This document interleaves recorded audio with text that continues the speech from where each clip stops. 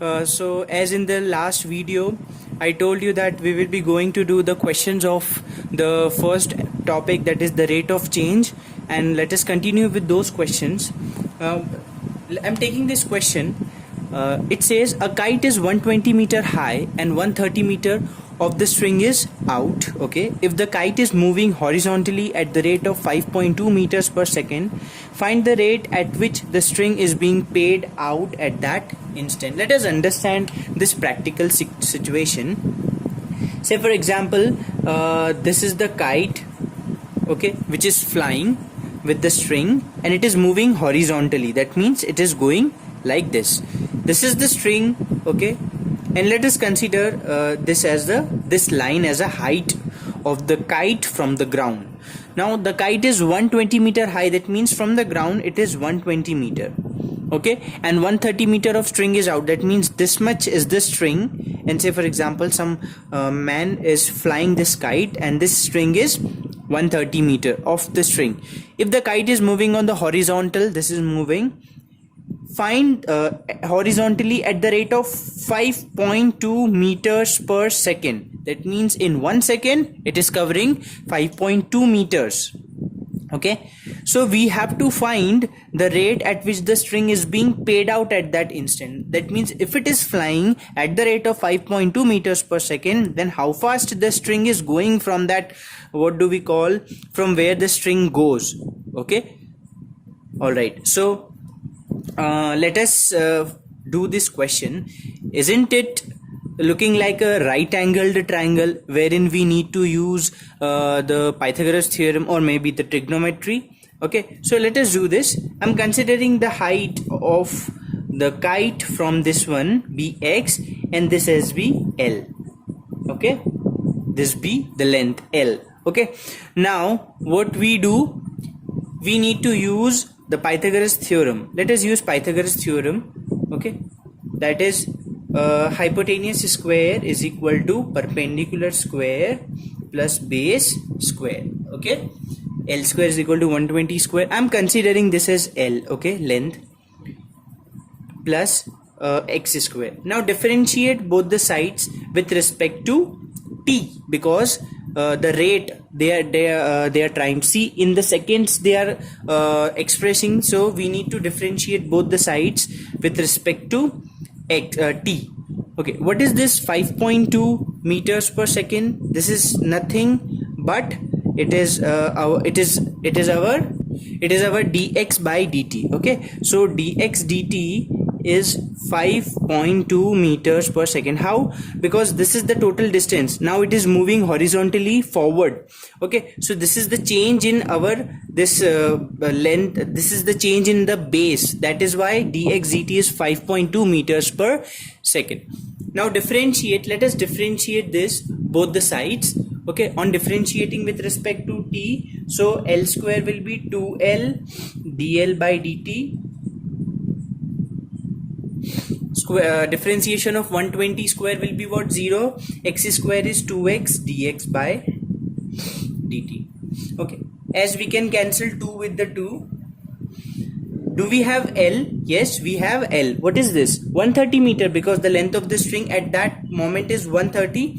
So 130 into dl by dt. You know we need to find dl by dt, because how much string is going out, that means it is in length at that instant, that means time. So dl by dt is equal to x. What is x given to us? X, we don't have x. We need to find the value of x. No problem, we'll find it. Okay, dx by dt is what? 5.2. Okay, so take 130 in the down. So dl by dt is equal to x into 5.2 upon 130. Can we find x? You have L is equal to 130 meter. You have perpendicular, you have hypotenuse, you need to find x. Let me tell you, 130 square minus 120 square. Use a square minus b square identity. 130 plus 120, 130 minus 120. 130 plus 120 is what? 250. and 130 minus 120 is 10. 250 into 10, 2500, and under root of 2500 will give you 50. So you got x is equal to 50 by the application of Pythagoras theorem.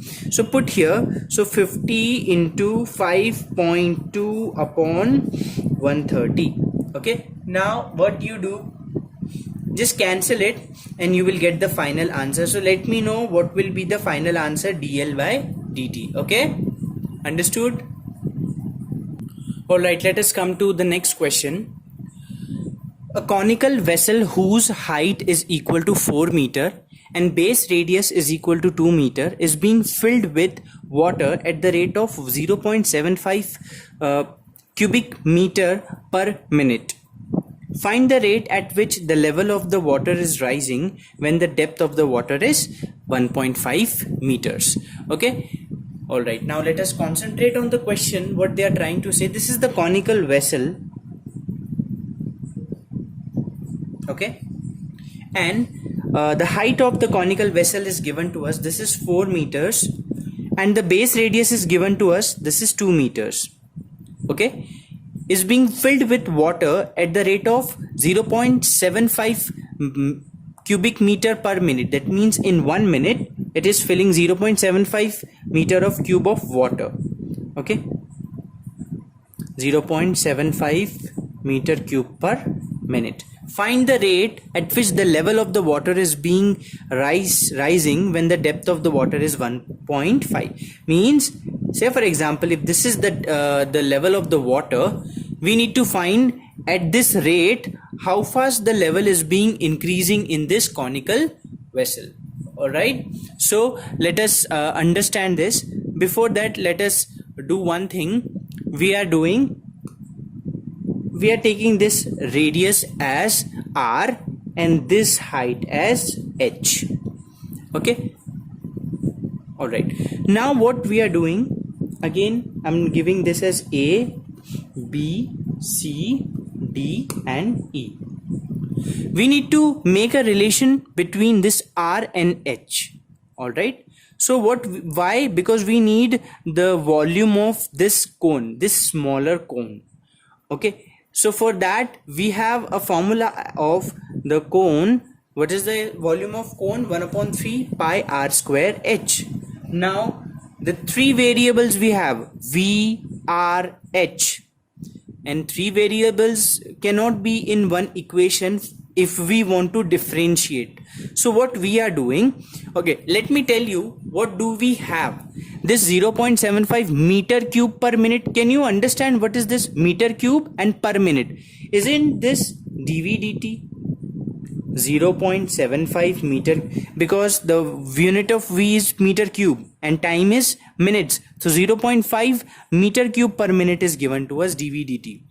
All right, so what I told you, that if we differentiate this equation with respect to t, then we will have dv dt 1/3. Now these are the two variables, and I told you that we cannot do with these two variables. So what we are doing, we are making a relation between r and h, and for that we are using a similarity criterion. You know the basic proportionality theorem. Okay, I don't need to explain you, but let me tell you here itself that if you are using the similarity theorems or the basic proportionality theorem in triangle ABC and ADE. So in triangle ABC and triangle ADE, what we are doing, what we have to take for in this similarity triangles, first h we are taking. This h upon whole h, this is 4, is proportionate to this r upon this r. Are you understanding? This base upon this base, this perpendicular upon this perpendicular.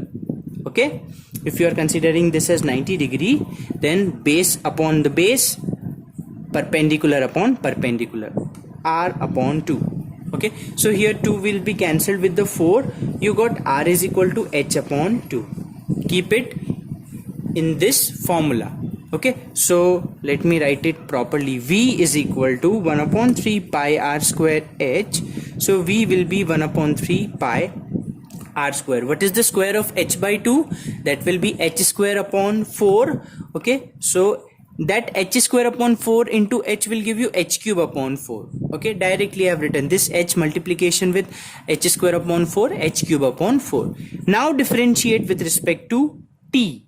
So this will be dv dt is equal to 1 upon 3 pi, you keep it as it is. Okay, h cube 1 upon 4, see this 1 upon 4 also you take out, h cube will be 3h square, and the differentiation of h will be dh by dt. You know, we need to find dh by dt because the rate at which the level is increasing, that means the height is increasing actually, so dh by dt is required. Okay, now this 3 we can cancel with this 3. dv dt we have, what is that? 0.75. So 0.75 is equal to h square at height what? At which depth we need? 1.5 meters. Okay, so put 1.5 in place of h square. 1 by 4 into 0.75 the whole square into dh dt. Now take all these things here and let me know what will be your dh dt. Okay, it's just wait.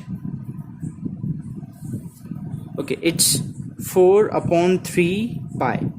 4 upon 3 pi is the answer. We haven't wrote pi here, pi. Okay, so find it.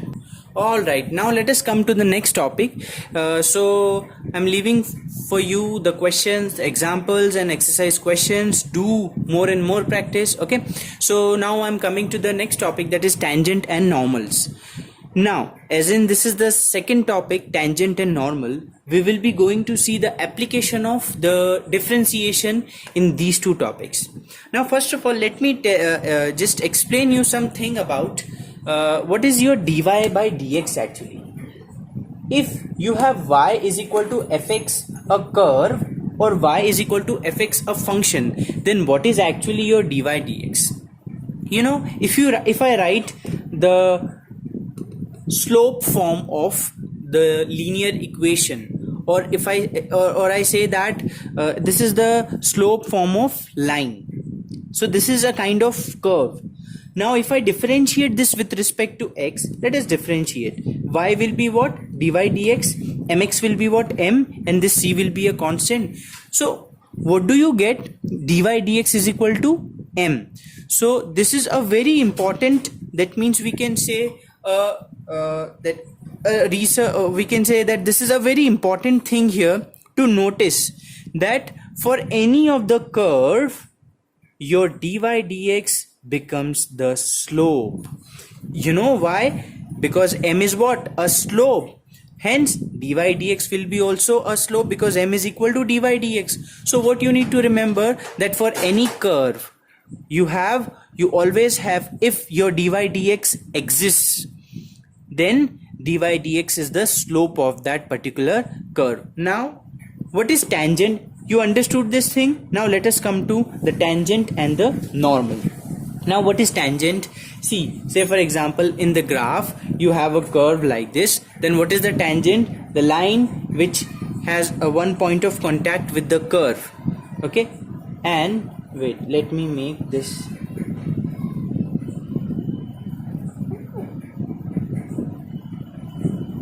This is touching here. Okay, and what is the normal? This is the normal. Normal means this is making a 90 degree. A line which is making a 90 degree with your tangent is called the normal. Okay, so this is called the tangent and this is called the normal, and this is, we are considering y is equal to fx any curve. Okay, now if we consider this as any angle, say theta. Okay, so how can we write that? What are the conclusions for this? is the slope, dy dx is the slope. Now there are certain conditions that if your tangent is parallel to the x-axis, this is your x-axis, right? Now if I make this tangent parallel to x-axis, so can there be any angle between the x-axis and your tangent? No, there won't be, because they both are parallel to each other. So in that case you have to write dy dx is equal to 0, because there is no slope. All right, now if I say your tangent is parallel to the y-axis, then in that case your dx dy will be equal to 0. So these two things you just keep in mind, that if your tangent is parallel to x-axis, then your dy dx will be equal to 0, and if it is parallel to y-axis, then dx dy is equal to 0. Okay, now on the other hand, let us see the equation of tangent to the curve and equation of normal to the curve. As I told you that if this is the curve and this is the tangent and this is the normal, so your tangent and normal, they are a kind of a line, a straight line. So they can have certain equation also which is related to that means in a form of the straight line. Okay, so the tangent and normal can have the equation in which form? The straight line form, because they are the straight lines. So we know that for a one point slope form, what is the equation? Y minus y1 is equal to m bracket x minus x1. This we know. Now I told you just a moment before that your m slope is nothing but a dy dx. So you only just need to put the dy dx here. So this is what the equation of your tangent. Now according to this, what can we write? Here your x is x1 and your y is y1. Okay, this is understood. For the normal, now for the normal, see, let me first explain you that what will be the slope for this normal. So this was the tangent and this was the normal. Now for the normal, what we have, see, this is the tangent and this is the normal, and they both are extending a 90-degree angle. And we know that if we want the slope, if we have the slope of this tangent and if we have the slope of this normal, then the product of those two slopes will be equal to -1. Why? Because if they are extended in between 90 degree, then the product of their slopes will be 90 degree. As we in the 11th class, we have seen m1 into m2 is equal to -1 if they both are extending the 90 degree. So m1, we know the slope of the tangent. What is the slope of tangent? We already found. This is dy by dx. So dy dx into m2 is equal to -1. So what will be m2 here? -1 upon dy dx. So hence the slope of the normal, you always have to remember, okay, in the book it is given p. So this p will be equal to -1 upon dy dx. So can you find the equation of the normal to the curve? This will be y minus y1 is equal to -1 upon dy dx bracket x minus x1, and here also you have to write x is equal to x1, y is equal to y1, like this. Okay, all right. Now next topic comes, what is the procedure of finding the equation of normal, equation of the tangent? The procedure is given in the book, you can read, and like as of we'll do the question in the exercise, so from there there itself we will understand. Now comes the angle between the two curves. Okay, I think you are well aware with this. In the 11th class, we have seen the angle between the two lines. What is the formula? Tan theta is equal to m1 minus m2 upon 1 minus m1 m2. This was the formula, m1 minus m2 upon 1 plus m1 m2, sorry. Okay, here also the same we are going to do. See, this was the graph. We need to find the angle between the two curves. Say for example, if this is one curve and this is the another curve. So the curves, these two curves cannot have an angle. We need their tangents. So I am drawing the tangent of this curve and tangent of this curve. Okay. So the tangent of this curve and tangent of this curve, we find the angle between these two tangents, and let us consider that as theta. So this tangent, I told you, this is nothing but a straight line. That is why the angle between the two tangents the angle between the two curves is given by tan theta is equal to mod in modulus m1 minus m2 upon 1 plus m1 m2. Okay, so this is that means the topic of from this two. Now there are certain conditions, like if your m1 and m2 is -1, then the curves are said to be cut orthogonally. So there are two conditions. Let me read it. Okay, if your m1 and m2 is equal to -1, then the curves are said to cut orthogonally. And second condition, if your m1 is equal to m2, then it touches each other. The curve touches each other. Now after that, the procedure to find the angle of intersection of two curves, that we can understand in the question. Okay, so dear students, questions we are going to do in the next video. Now what I want you to do the questions of the first exercise, the rate of change, examples and questions. And secondly, understand the concept of the second topic, tangents and normals, and try to solve the question, the starting examples. You just have a look so that you can understand the further questions and you won't get any issue. And one more thing, you should have a good knowledge of the straight line chapter for doing this tangent and normal. Okay, good idea means like in some of the questions we need to use some logics. So those logics should be in your mind. Okay, so that's it for today. Thank you.